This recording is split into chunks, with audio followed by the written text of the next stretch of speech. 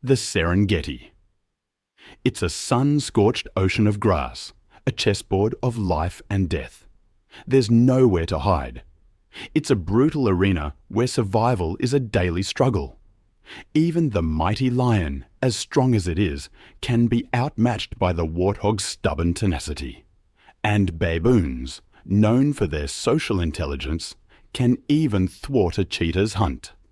I am always struck by how, in this environment, the success or failure of a hunt determines the survival of both predator and prey. Today, I'm looking at the deadly game played out between the cheetah and the warthog. The dry season on the Serengeti plains forces most animals to seek refuge from the searing heat. Temperatures can reach a sweltering 32 degrees Celsius. But the cheetah enjoys no such privilege. Its hunger simply doesn't permit it to rest. The predator has found what seems to be the ideal ambush site. The shimmering haze might obscure the vision of other creatures, but not the cheetah. It's capable of spotting prey from an astonishing 5 kilometers away. And its target today is a solitary warthog, a mere 50 meters distant. Thick paw pads and a digitigrade stance, walking on its toes, in effect, allow the cheetah to approach silently. The tall grass helps conceal its slender frame, making it a silent ghost amidst the blinding sunlight. The gap closes to 30 meters. The cheetah has entered its kill zone. In this range, its legendary acceleration achieves the highest success rate. And energy expenditure will be minimal.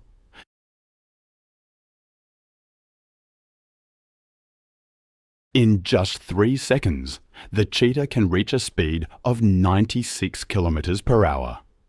Its stride extends to 7 meters, thanks to a flexible spine that coils and uncoils like a spring, allowing the hind legs to reach far forward. Semi-retractable claws dig deep into the ground like spikes, providing absolute traction. But the warthog is no easy target.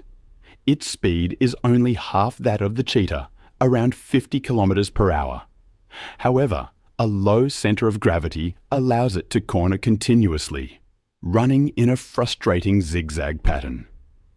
The cheetah is forced to swing its 80-centimeter long tail to maintain balance and stay glued to its prey. Then, the warthog's salvation appears, an abandoned aardvark burrow. Most predators would surrender the moment the warthog retreats into its burrow. But perhaps hunger has eclipsed the cheetah's instincts. It has won a high-stakes gamble. The greatest risk stems from the warthog's 25 to 50 centimeter long tusks. When retreating into a burrow, it rarely enters head first. Instead, they back their hindquarters in. The armored head and sharp tusks face outward, acting as a solid line of defense. At this moment, the burrow becomes an impregnable fortress. Any cheetah or lion foolish enough to stick a paw or snout into that darkness faces a penetrating gore. Many inexperienced predators have suffered torn noses or permanent blindness when attempting to breach this door of death.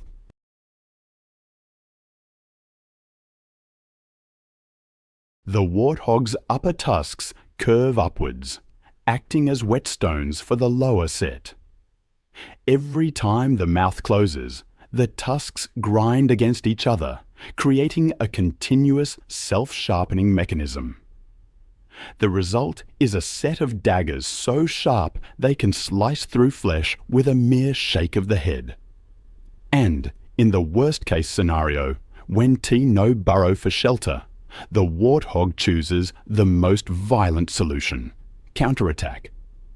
A mature male warthog can weigh up to 100 kilo, and when charging at nearly 50 kilometers per hour, that body generates terrifying kinetic energy. It is like a cannonball ramming straight into the enemy. For a slender cheetah, A bone-shattering impact is synonymous with a death sentence. But the warthog always prefers to avoid conflict with predators. They move silently through elephant grass that stands taller than their heads. The leader paves the way, with its slender tail held upright at a 90-degree angle. The tuft of hair at the tip acts as a visual beacon for the others to follow. In this dense sea of grass, this signal helps the family maintain formation and prevents any member from getting separated. This discipline is a matter of survival. Because in the Serengeti, danger comes not only from the lightning-fast sprints of the cheetah. Spanning over 30,000 square kilometers, this ecosystem shoulders the largest animal biomass on the planet. 4,000 lions and approximately 1,000 leopards continuously patrol to maintain order every single day.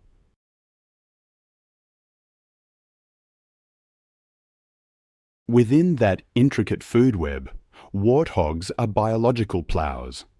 Their habit of digging for roots helps aerate the arid soil, promoting grass regeneration. Conversely, the cheetah keeps prey populations in check, culling weak and diseased genes from the herd. They are two silent warriors, each contributing to the ecosystem in their own unique way. For the warthog, Serenera is paradise, the central heart of the Serengeti. Here, vegetation remains eternally green, nourished by underground rivers flowing year-round. But this paradise comes at a steep price. Serenera is also the capital of apex predators. It is the domain of the most powerful lion prides in Africa. The lion's hunt for a warthog is a test of endurance. In theory, the lion is faster than the warthog. The king of the savannah can execute bursts of speed, reaching 80 kilometers per hour. But their hearts are too small relative to their body size, and their dense muscle mass generates immense heat. As a result, they can only sprint for about 200 meters.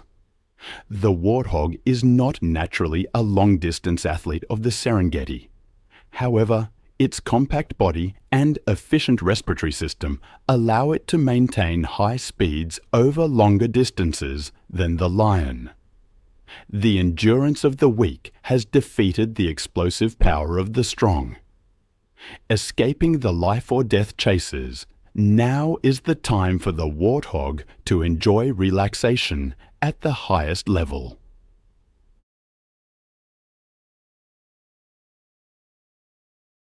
Near termite mounds or dense thickets, we encounter a scene that looks like it stepped right out of a Hollywood movie.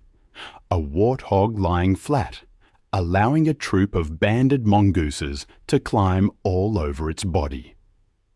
This image immediately brings to mind the duo Timon and Pumbaa from the classic film The Lion King.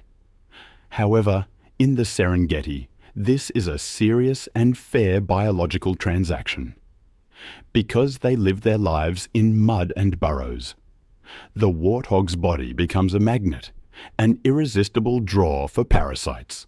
Ticks, fleas, lice, invisible enemies, all sucking blood, potentially transmitting deadly diseases. Without help, the warthog's health would rapidly deteriorate. That's where the mongoose troop comes in. To them, the warthog is a mobile restaurant, a walking buffet of protein. They scour every fold of skin, the ears, even around the eyes, picking the warthog clean of ticks. It's a symbiotic relationship so perfect, the warthog will often fall into a trance-like state, completely still, allowing these tiny cleaners to do their work. But as those moments of relaxation fade, the brutal reality of survival instantly returns. In the bush, not far away, the Serengeti's most silent predator lies in wait, the leopard. The warthog can't see the danger lurking just meters away. The rosette patterns on the leopard's coat break up its outline, helping it dissolve into the dance of light and shadow.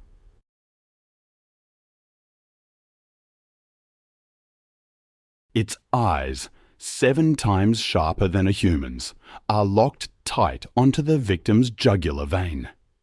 And when the gap closes to less than 5 meters, violence erupts. Unlike the cheetah, the leopard's body is a mass of fast twitch muscle. They prioritize lightning-fast strikes to finish prey, rather than engaging in long-distance chases. The hunt has ended, but the leopard's meal cannot yet begin. Like the cheetah, the leopard doesn't fear the warthog's earthen burrows. To them, these represent meals that require no energy to chase down. The leopard's collarbones are partially reduced, floating clavicles allowing them to compress their shoulders and slither into the tightest spaces. But the leopard's victory is short-lived. Even after seeking out the most secluded, hidden spot to enjoy its meal, it's not safe. This is the moment nature's harshest law is enforced. The strong take what they want.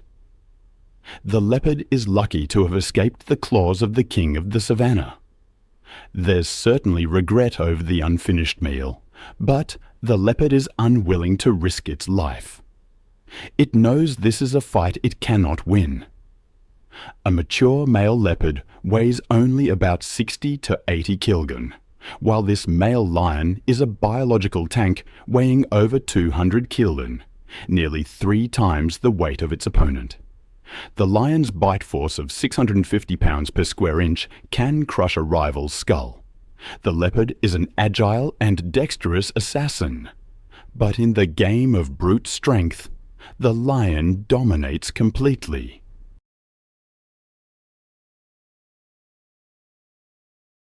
Science calls this phenomenon kleptoparasitism. About 20% of the leopard's kills will fall into the hands of lions or hyenas. The lion stealing from smaller predators is a highly efficient, energy-saving strategy. If you were a predator in the Serengeti, would you choose to be a lion, a leopard, or a cheetah? But the cheetah is not overly concerned with that. On the southern plains of the Serengeti, lions only appear during the early months of the year, following the migration. The flat terrain, devoid of trees for cover, isn't ideal for the hunting style of the savanna kings. This is the largest natural death race track on Earth. On this open stage, the cheetah is the brightest star. It's here that female cheetahs hunt Thompson's gazelle daily. The press of hunger, and of naive cubs waiting for food, forces the predator into a state of hyperfocus. Every failure could mark the end for this solitary hunter. Statistics in the Serengeti are grim. Only 5% of cheetah cubs survive to adulthood. Every sprint is a life-or-death gamble it cannot afford to lose. The cheetah must approach openly, yet cautiously. But the coverless terrain makes the predator easy to spot. The hunt explodes the moment the gazelle detects danger and bolts. A formidable quarry. Today is a lucky day. The predator and her cubs will no longer be tormented by hunger. But the cheetah cannot return to her cubs just yet. Her body temperature continues to rise.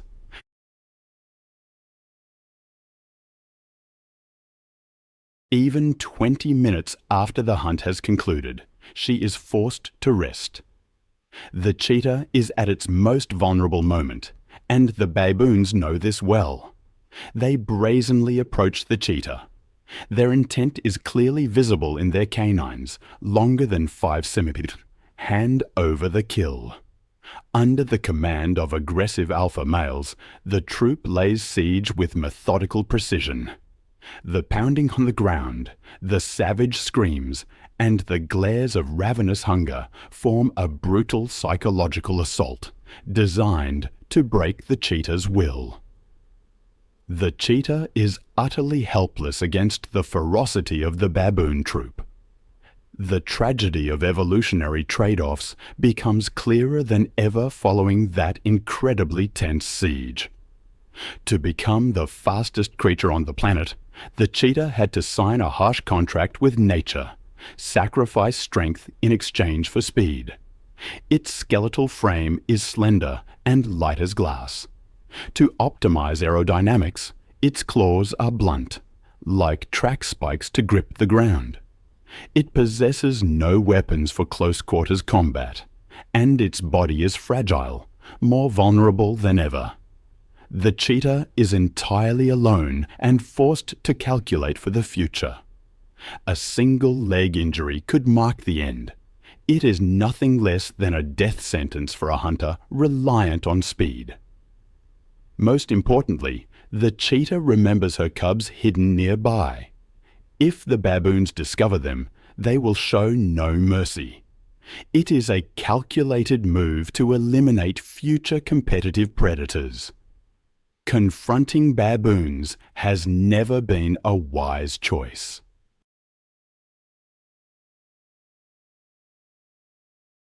Solitude is a fatal weakness for the female cheetah, but that is not a concern for the males.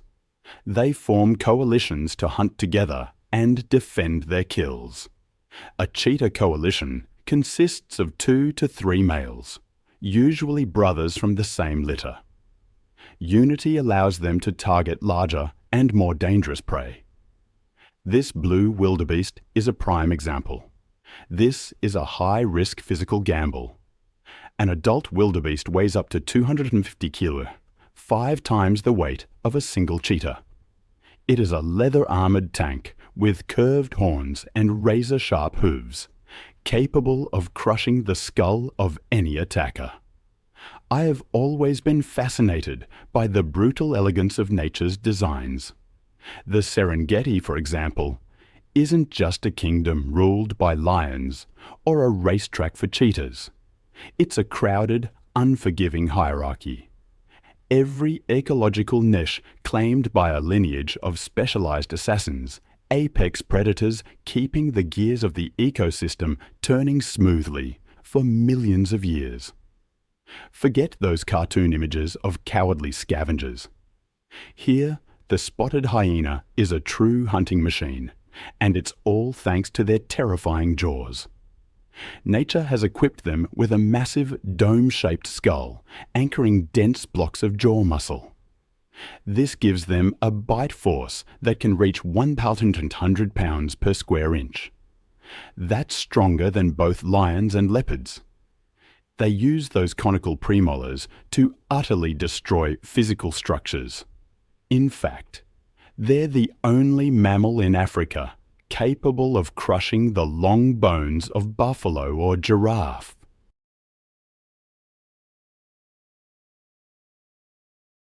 And their digestive system. It contains high concentrations of hydrochloric acid, allowing them to break down bone, teeth, and even horn. Their meals often end with absolutely nothing left behind. It's a common misconception that hyenas are mere thieves, but long-term studies in the Serengeti have shown that they hunt for 70 to 95% of the food they consume. And unlike felines, who rely on short bursts of explosive energy, the spotted hyena possesses a massive heart, nearly 1% of its body weight. This allows them to maintain a speed of 60 kilometers per hour for distances of 5 to 10 kilometers. Their hunt becomes a grueling game of cat and mouse until the prey collapses from exhaustion. But what truly makes the spotted hyena dominate the Serengeti is its incredibly complex social structure, an absolute matriarchy. In this kingdom, the female is king, due to a surge of androgen hormones while still in the womb. Female spotted hyenas are larger, more aggressive, and completely dominate the males. Even the lowest ranking female holds higher authority than the highest ranking male. Their society operates on complex political alliances, demanding social intelligence on par with primates. Neuroscientists have discovered that the hyena's frontal cortex, the area responsible for reasoning and problem-solving, is highly developed.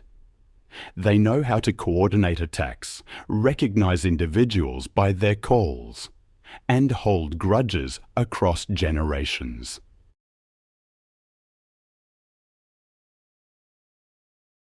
And when darkness falls, that manic laughter rings out. That signature sound isn't joy. It's an information coding system. The pitch and frequency of the laugh reveal the individual's age, social status, and psychological state. Usually, that giggling is a sign of extreme stress, or the manic excitement of fighting over food. These peak emotions often stem from the eternal war with lions. It's the deepest feud on the savannah, driven not just by food, but by the overlapping of ecological niches. Lions kill hyenas simply to eliminate the competition. Conversely, the spotted hyena is the only species that dares to mob the king of the grasslands if they possess a numerical advantage of 4-1. A clan of hyenas is ready to rush in to steal a kill or even kill lionesses and cubs. The war between the spotted queen and the man-king is a bloody scale of power. It keeps the Serengeti in a state of dramatic equilibrium. And lurking on the periphery of that war for the throne is the silent figure of the African wild dog. In the Serengeti, sighting a pack of wild dogs is a rare moment. They are large predators, currently classified as endangered. They wander like exiles in their own homeland. Their scientific name, Lycaon pictus, means painted wolf. Each individual wears a unique coat of chaotic black, gold, and white patches. No two wild dogs possess the exact same pattern.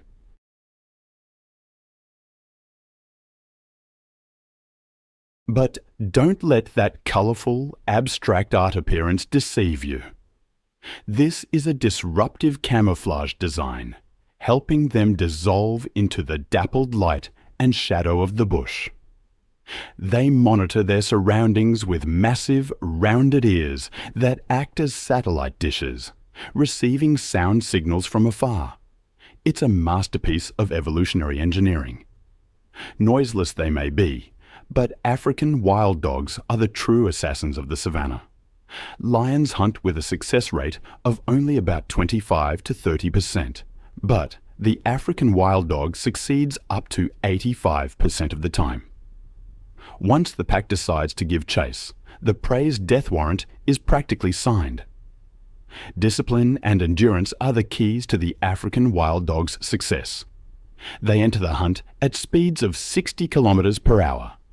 The entire formation maintains that velocity for an absurdly long time. They take turns leading. When one tires, another moves up to take its place, creating a relay running machine that never stops. The prey doesn't die from wounds, but from sheer exhaustion. Death comes very quickly. African wild dogs eat with impressive speed. They take only a few minutes to consume their prey, ensuring they finish before lions can arrive to steal it. However, the brutality shown during the hunt stands in stark contrast to the incredible tenderness of their social life. Within the pack, altruism is the supreme law. After a successful hunt, the adults will bring food back to the den, where the pups, the elderly, or the injured are waiting.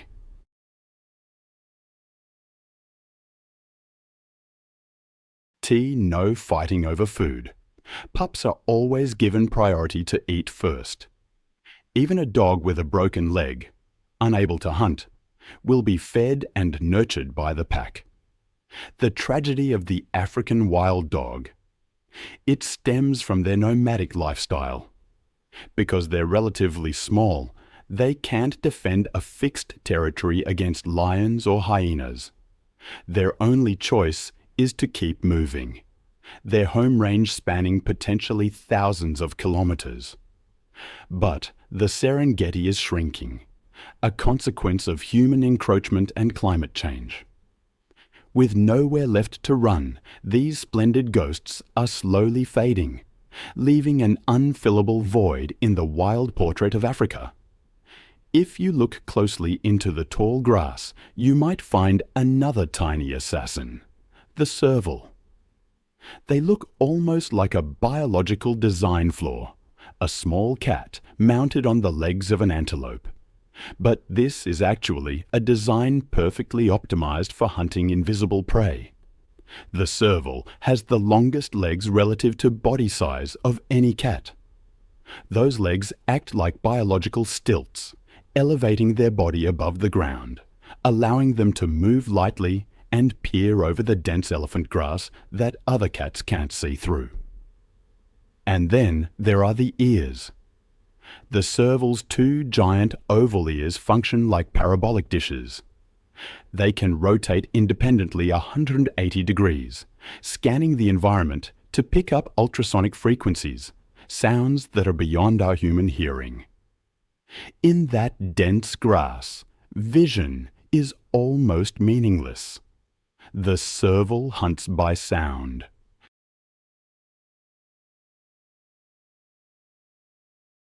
They stand as still as statues, ears constantly rotating and adjusting, performing audio triangulation to pinpoint the exact location of a mouse moving under thick grass, sometimes meters away.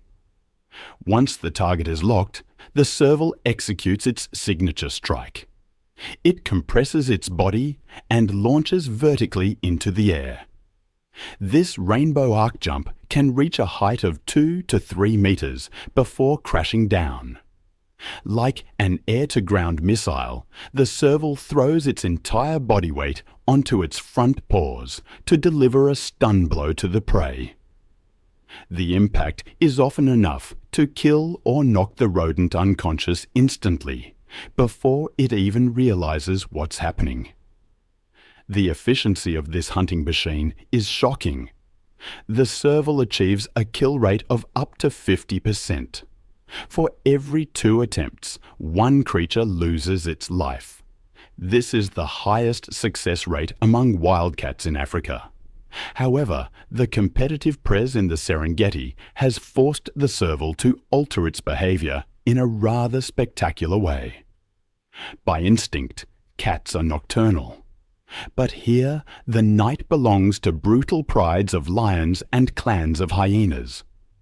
To avoid running into these bullies, the serval has shifted its biological clock to become a diurnal predator. They hunt while the lions sleep, exploiting a time slot to monopolize the food source. And that food source plays a vital role in the health of the savanna. Each serval consumes thousands of mice and rodents every year.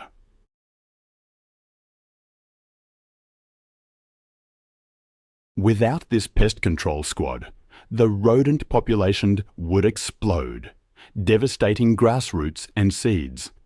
The Serengeti would risk losing the green in its ecological portrait. In a world of giants, small creatures like the serval need either invisible speed or insane recklessness to survive. The black-backed jackal chooses the second option. Don't let their modest size deceive you.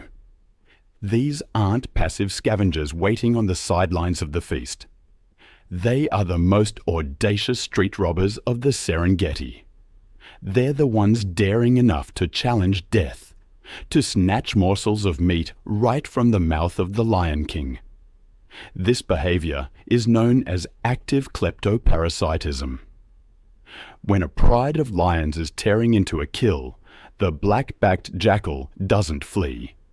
On the contrary, they rush in with terrifying aggression. It's a display of cold calculation and nerves of steel. They operate in pairs or small groups, using a methodical diversionary tactic. One will run around, barking loudly, even nipping at the lion's tail or hind legs to draw attention. When the lion turns to growl in fury, the second jackal flashes in like lightning, grabs a chunk of meat, and vanishes into the bush. It's a dance with death that the black-backed jackal has memorized every step of. The distance between a full belly and a neck-snapping slap from a lion is meed in millimeters. But the black-backed jackal rarely loses.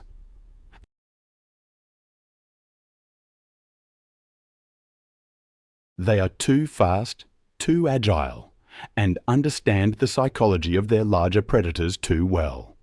However, the aggression on the battlefield hides a model family life that's rare in the animal kingdom. Black-backed jackals are faithful romantics. They practice lifelong monogamy. A couple will defend territory together, hunt together, and grow old together. But the true miracle lies in how they raise their young. The black-backed jackal applies the helpers at the den strategy. When a new litter is born, the offspring from the previous litter choose to stay. They accept the sacrifice of their own breeding opportunities for a year to help their parents raise their younger siblings. This is a genetic investment strategy. The Serengeti has an extremely high mortality rate for pups due to other predators. The presence of these nanny siblings guarding the den and bringing back food increases the survival rate of the litter manifold.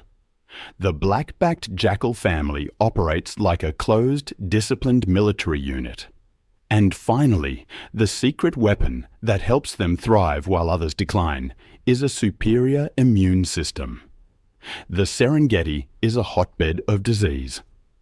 Distemper and rabies frequently sweep across the savannah like storms of death. These outbreaks have wiped out entire packs of African wild dogs and lions, but not the black-backed jackal. Their bodies possess an incredible natural resistance. They survive pandemics that kill their larger competitors.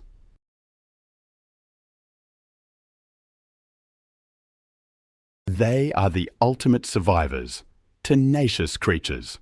The Nile crocodile. It's a creature that hasn't needed to change its design in over 200 million years. When I think about that kind of evolutionary success, I can't help but feel a sense of awe. If the Serengeti is a battlefield, then the Grumeti and Mara rivers are deadly gauntlets, hiding beneath their murky waters this patient predator. When the dry season arrives and the rivers recede, the Nile crocodile withdraws, slowing its heart rate to the absolute minimum. They can hold their breath underwater for up to 2 hours in an active state, and up to 8 hours while resting, transforming into inanimate logs. They await the biggest event of the year, the Great Migration, when millions of wildebeest and zebras are forced to cross the river. Then the Nile crocodile strikes. The Nile crocodile's snap is a masterpiece of hydraulics. Their jaws generate a bite force of up to 5,000 pounds per square inch, 5 times stronger than a hyena, and 8 times stronger than a lion. It's equivalent to dropping a small truck onto the prey's body. Once those conical teeth lock tight, nothing can escape. But because crocodile teeth lack cutting or chewing functions, they must tear flesh using pure physics. This is where the death roll appears. The crocodile clamps down on the prey and rolls its body along the longitudinal axis at dizzying speeds. It's a horrifying spectacle, but the only effective feeding method for them.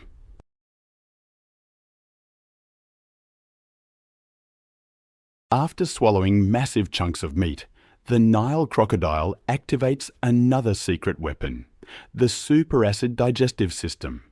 Their stomachs secrete acid with a record low pH, strong enough to dissolve not just meat, but bone, horn, hooves, and even steel. This mechanism allows them to absorb 100% of nutrients from the prey, helping them survive for months without food. However, the life of this cold-blooded creature depends entirely on the sun. On scorching Serengeti afternoons, you'll see these monsters lying on the riverbank, with mouths gaping wide. This behavior is called gaping, and this menacing-looking action is actually how they cool down. The Nile crocodile has no sweat glands. By opening their mouths, they allow heat to escape through the moist mucous membranes, like a heat exhaust vent. Thanks to this, their brains are not cooked under the 40 degrees Celsius heat. But the biggest surprise about this cold-blooded assassin lies in the mother's heart. The Nile crocodile is one of the rare reptiles to exhibit profound maternal love. After laying eggs in sand pits along the river, the mother will fast and guard the nest for 3 full months. She resolutely protects her unborn brood against egg thieves, like monitor lizards or baboons. When the eggs hatch, the mother's jaws, with their terrifying bite force, become surprisingly gentle. She uses those very jaws to gently scoop up each tiny hatchling and release them safely into the water.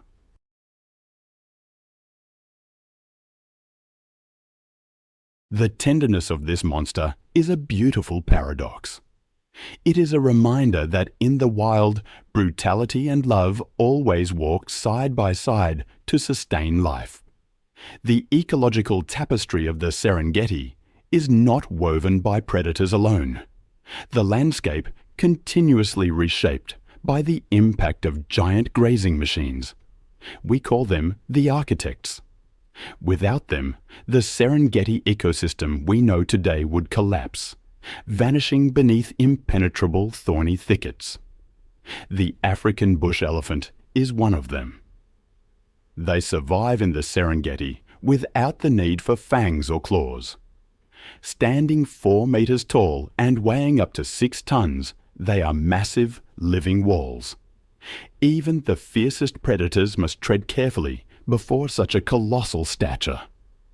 The African bush elephant holds a critical role in the Serengeti ecosystem.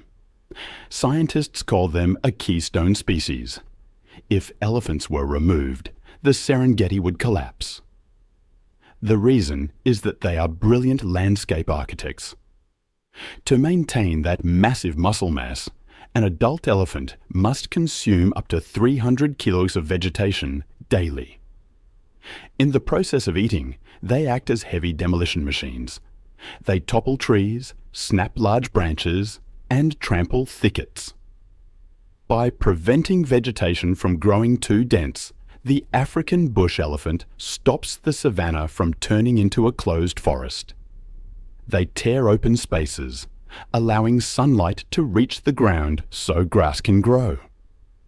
This is a precious food source for millions of antelopes and zebras.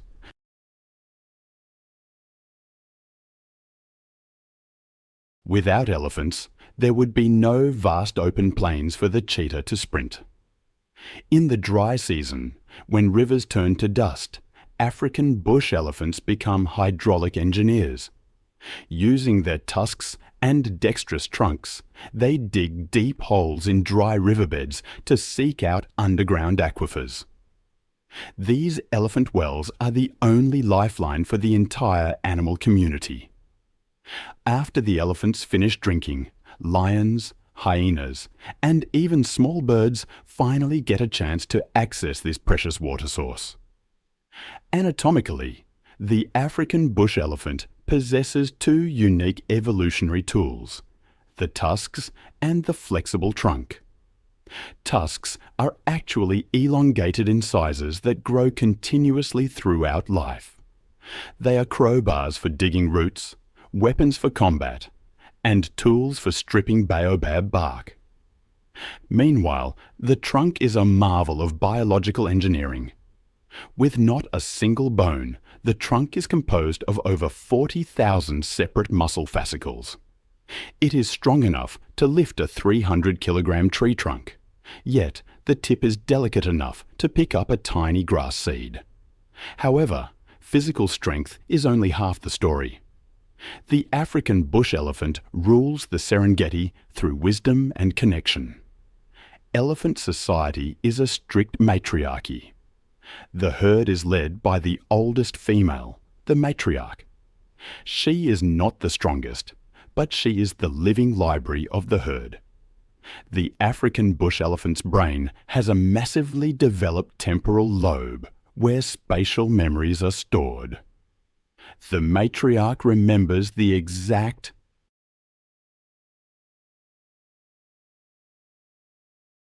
I'm always struck by the way animals carry their history within them. Consider the African bush elephant. In some ways, she is the embodiment of memory, wisdom, the very soul of the continent. A matriarch will remember the location of every waterhole, every safe migration route she's traversed over her 60-year life. During droughts, her memory becomes the survival map for the entire clan. They communicate in ways we can barely imagine. These elephants use infrasound, sounds with ultra-low frequencies below 20 Hz. These sound waves travel for dozens of kilometers, penetrating forests and hilly terrain. Even more remarkably, they seem to hear with their feet. The fatty pads beneath their feet contain sensitive receptors, allowing them to feel seismic vibrations from the ground. A herd can detect the footsteps of another herd, or warn of danger from 10 kilometers away. They're operating an underground internet of sorts. And their emotional lives, they are as complex as our own. They know grief. I've read accounts of herds passing the bones of a deceased relative, stopping to gently touch the skull and tusks with their trunks, silent and solemn. Now let's move to the heart of Serenera, to a place called Retina Pool. From a distance, it looks like a pile of giant grey boulders resting in the muddy river.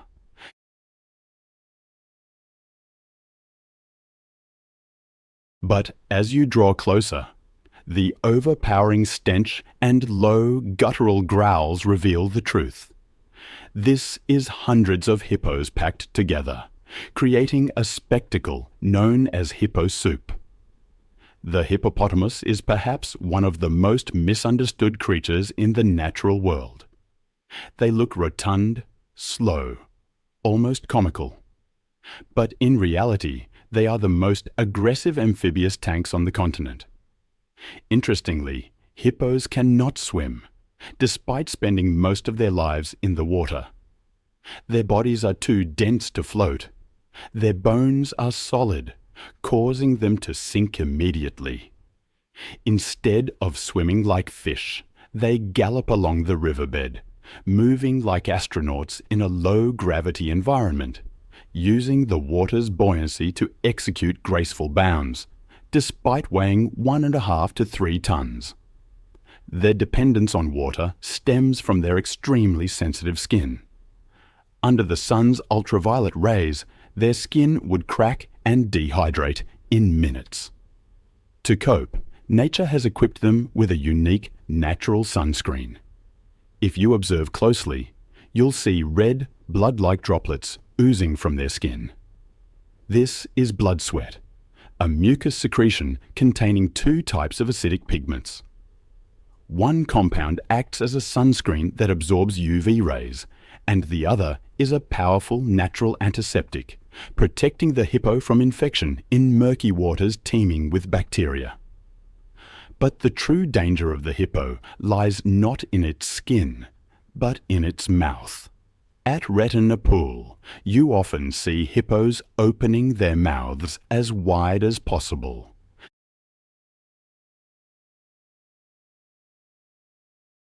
That is the threat yawn. A hippo can open its jaws to 150 degrees, displaying a lethal arsenal. Lower canines up to 50 centimeters long, sharp as razors and hard as ivory. This is the final warning. If the warning is ignored, the hippo will attack with a bite force nearing 2,000 pounds per square inch. They can snap a crocodile in two or crush a small boat. They are the deadliest large mammal in Africa. The hippo of the day and the hippo of the night seem to be two different creatures. By day, they're social beings, gathering in the water to cool off and conserve energy. But when the sun sets, the hippo leaves the water, becoming a solitary creature. In the dark, they follow familiar paths known as hippo highways to graze. A single hippo can walk 10 kilometers and consume 40 kilograms of grass every night. Their role as ecological engineers lies in nutrient transport. They graze on land and defecate in the water. Tons of this organic matter nourish the aquatic ecosystem, feeding fish and insects, thereby sustaining the life of the entire river. And finally, their relationship with their neighbor, the Nile crocodile, is a tense peace treaty. You often see crocodiles sunbathing right on the backs of hippos. That is respect rooted in fear. The crocodile knows its limits. An adult crocodile may be the king of the river, but against a furious male hippo defending his territory, the crocodile is merely a brittle twig.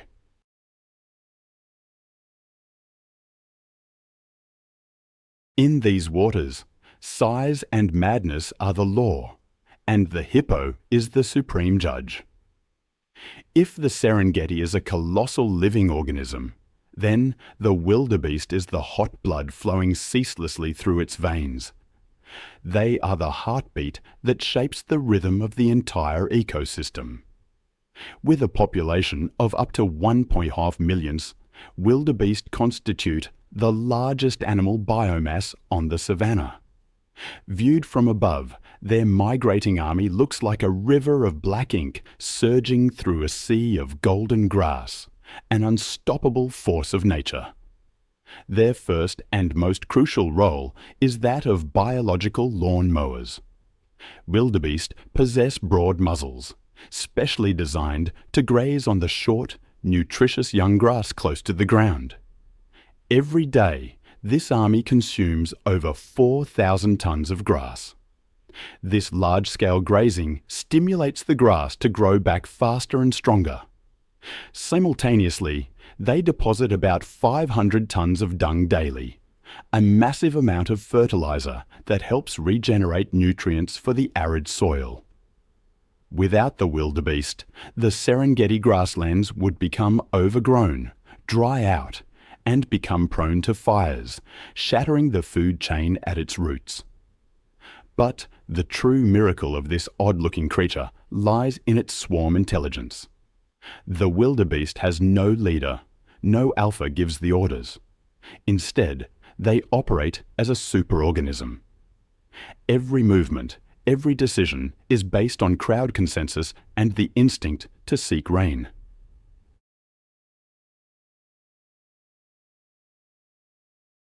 They are capable of smelling moisture and phosphorus in young grass from 50 kilometers away. When one starts running toward the rain, millions follow. This chaotic movement is, in reality, a perfect survival algorithm. In a crowd of millions, the probability of an individual being eaten by a lion drops to the absolute minimum. I've always been fascinated by the synchronized events that play out in nature, the kind that seem almost mathematically designed. Take, for example, the Serengeti. Every February, on its mineral-rich volcanic plains, something miraculous happens, a synchronized birthing. Within about 3 weeks, 500,000 wildebeest calves are born. That's like 8,000 births every single day. It's a strategy called predator saturation. The savanna is suddenly flooded with easy prey. Lions, leopards, hyenas, wild dogs, they all gorge themselves. But no matter how much they kill, they simply can't consume such a huge number of calves in such a short time. The result is that most of the new generation survives this most dangerous phase. The calves themselves are marvels, genetically programmed to flee from the moment they're born. A newborn wildebeest can stand within 7 minutes, and after just 20, it can run with the herd. If the wildebeest are the diligent workers of the Serengeti, then the plains zebras are the courageous pioneers. They're always in the vanguard, charging into the tallest, densest grassy areas.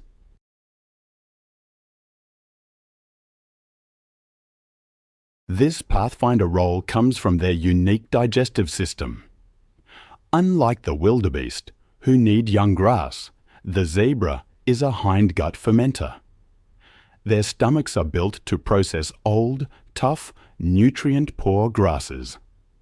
They eat the rough, straw-like tops, clearing the surface to reveal the tender green shoots beneath. But it's their striking black and white striped coat that always gets the attention.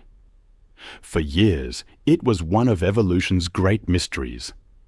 It turns out these stripes create a motion dazzle effect.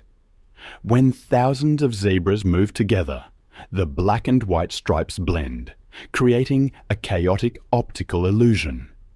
For a lion, which relies on locking onto a single individual, it's like looking at static. They can't distinguish head from tail, or where one animal ends and the next begins. Recent research from 2024 even suggests that zebra stripes are a shield against tsetse flies and horseflies. The light-reflecting structure of the stripes disrupts the insect's navigation, making it hard for them to land. In an ecosystem teeming with pathogens, it's like the most advanced biological hazmat suit imaginable. Beneath that uniform exterior lies a tight social structure. Plains zebras don't live in a disorganized mob. They live in harems, a dominant male with several females and their foals. When pursued by lions, the male often runs at the rear, or breaks away to distract the enemy, so his family can escape. And then there's their legendary rear kick.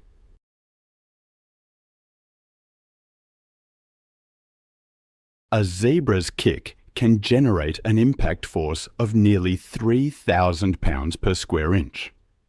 It's strong enough to shatter a lion's jaw or break a hyena's ribs. The plains zebras are vigilant, even in sleep. Thanks to the stay apparatus mechanism in their legs, they can sleep standing up without expending energy to maintain muscle balance. This allows them to switch from sleep to a full sprint in a split second if an alarm sounds. And to optimize defense, the plains zebra has even established a strategic alliance with the ostrich. It's a perfect fusion of senses. The zebra has extremely sensitive smell and hearing, but limited low-level vision. Conversely, the ostrich has large, keen eyes and a height advantage, acting as a mobile observation tower, but a poor sense of smell. Together, they form a comprehensive early warning radar system. If the ostrich starts running, the zebra follows without asking questions. If the zebra stops to sniff the wind and looks anxious, the ostrich immediately goes on high alert. This interspecies cooperation makes them the toughest targets for any predator seeking the element of surprise. Then there are the moru-kopjes. In this area, ancient granite boulders rise like fortresses amidst a sea of grass. And here hides a living relic from the prehistoric era, a creature designed to endure, to fight, and to destroy, the black rhinoceros. A more accurate name might be the hooked-lip rhinoceros. Their pointed, flexible upper lip is a marvel of evolution.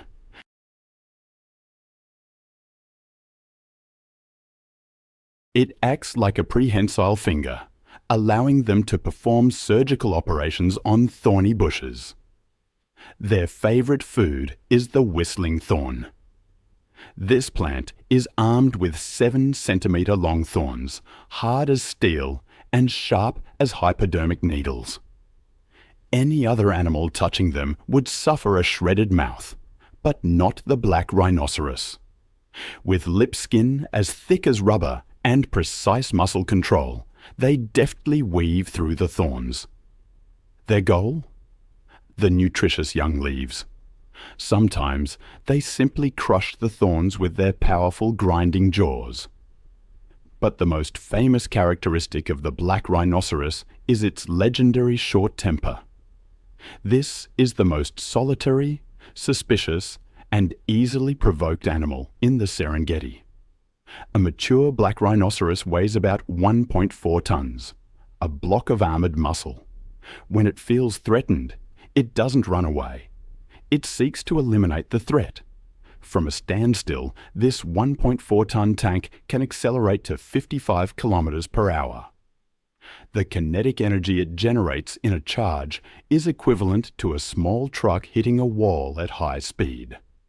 Lions or buffalo standing in its path will be tossed aside or punctured by the front horn, made of solid keratin. This aggressive nature stems from the black rhinoceros's eyes. Their vision is only effective within 30 meters.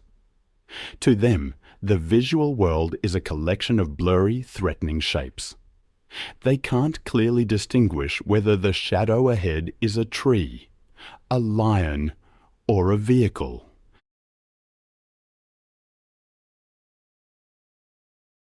Therefore, they often launch a preemptive strike. Aggression, in reality, is a defense mechanism born of fear. To compensate for poor eyesight, the black rhinoceros has exceptional hearing and smell. The black rhinoceros sees the world through smell. It's something I've always found so striking. They mark their territory with dung middens and urine, constructing what amounts to a complex olfactory map. Borders, rivals, potential mates, all laid out in scent across the Serengeti. In the Serengeti's Moru kopjes, the black rhinoceros clings to its last stronghold. The rugged, rocky terrain offers cover, water, and a chance to stay hidden from poachers. They are, in a way, a symbol of ancient tenacity. A blind but powerful fighting machine. A reminder that this land has no room for weakness. But if it's pure, unadulterated rage we're talking about, then we must turn our attention to the African buffalo. Professional hunters call them the Black Death, or the Widowmaker. Their defining weapon is a massive set of horns, curved like two hooks. But perhaps the most terrifying feature lies at the base of those horns, the boss. In mature males, the horn bases grow and fuse right on top of the head, forming a solid bone shield up to 30 centimeters thick. This natural helmet is so hard, I've read accounts of it deflecting a close-range rifle bullet, or a full-force slap from a lion without so much as a scratch.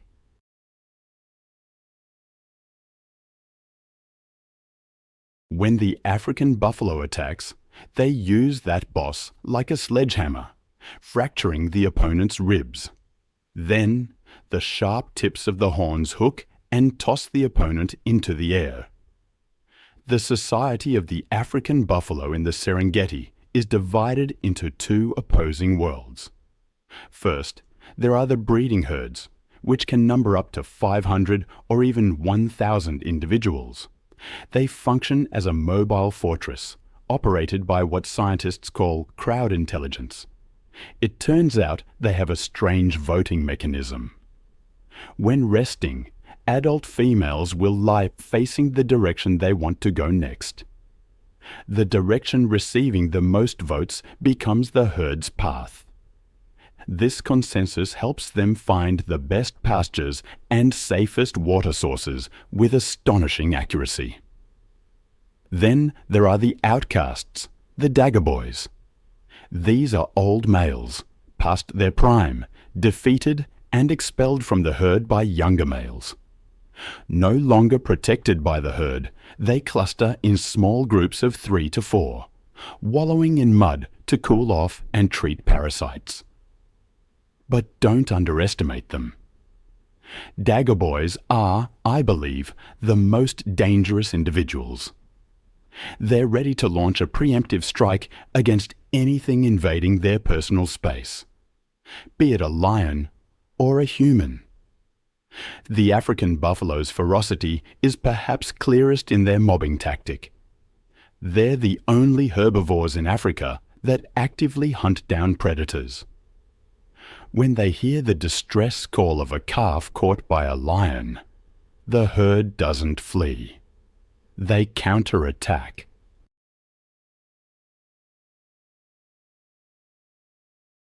Hundreds of tons of meat and horn charge forward like a tsunami. They surround the lions, cutting off escape routes, driving the king of the savannah up a tree, or trampling them under hooves. In the Serengeti, lions kill buffalo for food, but buffalo kill lions out of hatred. If you ever have the chance to face a buffalo, you will experience the stare. They stop eating, lift their heads, wet nostrils flaring to smell your fear. Black eyes look down the length of the nose, locked onto you with cold contempt. They're calculating distance, assessing the threat, and weighing whether to turn you into part of the Serengeti dust. In that moment, you understand why no animal, including humans, wants to mess with the Black Death. Then there's the Maasai giraffe, towering at a height of 5.5 meters, the equivalent of a 2-story building, the tallest animal on the planet. They are the living watchtowers of the Serengeti. They're distinguished by dark brown spots with jagged edges, resembling grape or oak leaves. This pattern is distinctly different from the neat, polygonal patches of their northern brother, the reticulated giraffe. The Maasai giraffe's greatest physical challenge is pumping blood to a brain located 2.5 meters vertically above the heart. To achieve this, their heart is a supercharged engine, weighing up to 11 kilograms. The ventricular walls are 8 centimeters thick. It must generate blood press 2.5 times higher than that of a human.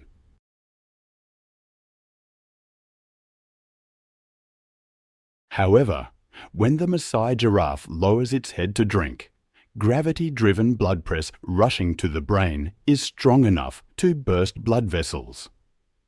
To prevent this, their neck vein system contains a complex network of one-way valves and a structure called the rete mirabile. It acts as a shock absorber, controlling the flow and preventing death by brain hemorrhage. Every time they bend down to quench their thirst, Maasai giraffes are, in a way, arboreal surgeons. Their favorite food is the leaves of the acacia tree, a species protected by long, sharp thorns. The giraffe's harvesting tool is a tongue reaching up to 50 centimeters in length. This muscular tongue is as flexible as a finger and covered in a thick, glue-like saliva that coats the sharp thorns, helping them swallow without tearing their esophagus. Notably, this tongue is purple-black or blue-black. The Maasai giraffe spends 12 hours a day sticking its tongue out to eat under the scorching equatorial sun. Therefore, this dense concentration of melanin acts as a biological sunscreen, preventing UV rays from burning the soft tissue. However, the life of a Maasai giraffe is not as peaceful as it looks. Males often engage in brutal battles called necking. Two males stand parallel, swinging their 2-meter-long necks like demolition cranes. The head, armed with rock-hard ossicones, is swung like a wrecking ball to strike the opponent's ribs.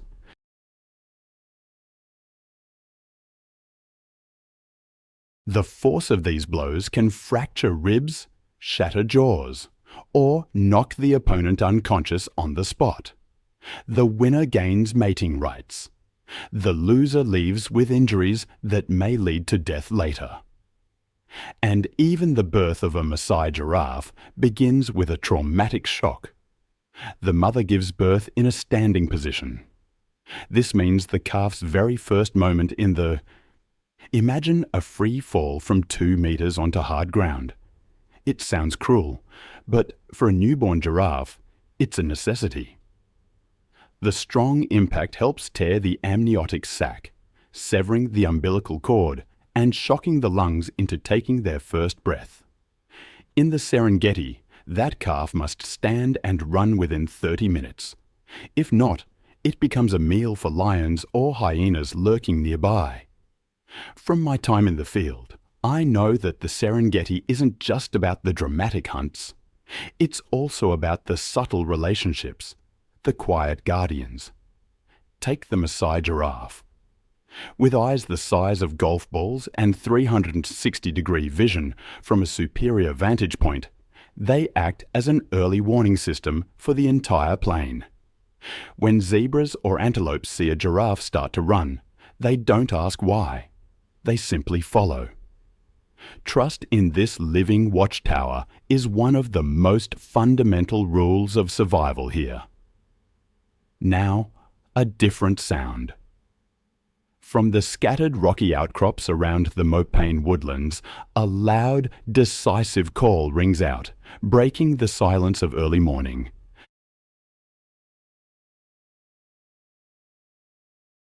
It's the call of the Cape baboon, one of the largest, smartest, and most socially organized primates in southern Africa. They start their day with confidence, as if this land is their well-known domain, where every step has already been mapped out in their minds. In the Luangwa Valley, I've observed chacma baboons frequently around rocky highlands, forest edges, and buffer zones near the river. Adult males can weigh up to 40 kilograms and measure over 1.2 meters in length, nearly 3 times the average weight of a female. Their fur ranges from brownish grey to ash grey, sometimes with a thicker mane around the neck, helping them blend easily into the dusty red terrain, rocky outcrops, and short grasslands. They live in troops ranging from 20 to 80 individuals, led by a dominant male who guides movement, offers protection, and maintains order. This social structure is highly flexible, held together through behaviours like grooming, food sharing, and caring for the young. These strong social bonds not only help the troop stay united when faced with predators, but also foster a community with a remarkable capacity for learning and adaptation.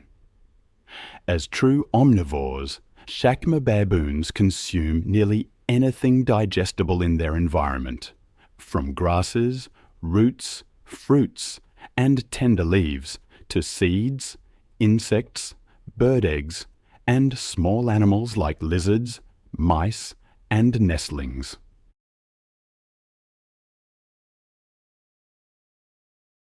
Their flexibility in food choices is one of the key factors that allows them to thrive across a wide range of habitats, from open woodlands to semi-deserts, and even mountainous regions.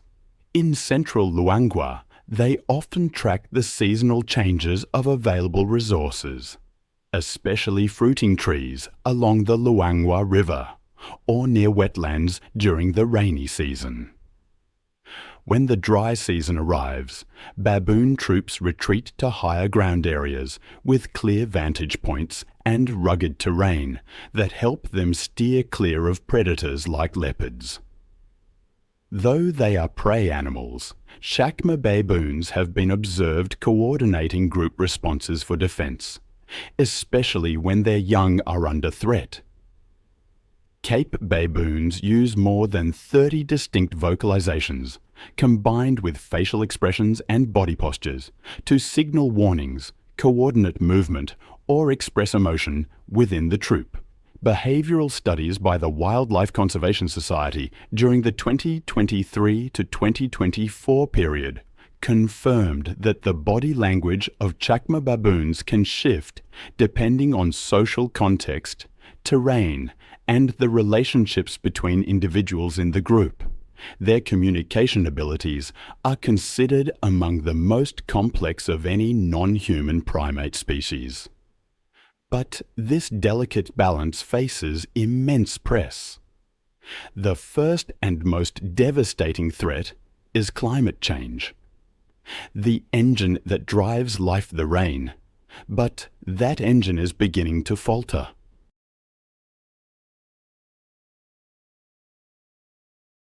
Meteorological data from 2020 to the present reveals that rainfall cycles are becoming chaotic and unpredictable. Droughts are lasting longer and becoming more intense. The Mara River is witnessing water levels drop to historic lows due to upstream deforestation and excessive evaporation. If the Mara River runs dry, the Great Migration will collapse. Millions of antelopes will die of thirst before reaching the green pastures, triggering the demise of the predators that depend on them. The second threat comes from human prey. Populations in the buffer zones surrounding the Serengeti have quadrupled in just a few decades. The encroachment of agriculture and livestock grazing is choking off ancient migration corridors. Human-wildlife conflict is reaching a boiling point, and in the shadows, another silent war is being waged: snare poaching. With no noisy gunfire, poachers use thousands of wire snares fashioned from motorcycle brake cables. These are invisible assassins. According to reports from the Frankfurt Zoological Society, patrol teams remove thousands of these traps every year. These snares do not discriminate, from antelope and zebra to lions, leopards, and elephants. All can become victims, suffering a slow, agonizing death. The Serengeti is no longer an isolated island of creation. It is buckling under the weight of human development. However, the hope to save the Serengeti remains unbroken. The battle to protect the Serengeti has entered a high-tech era.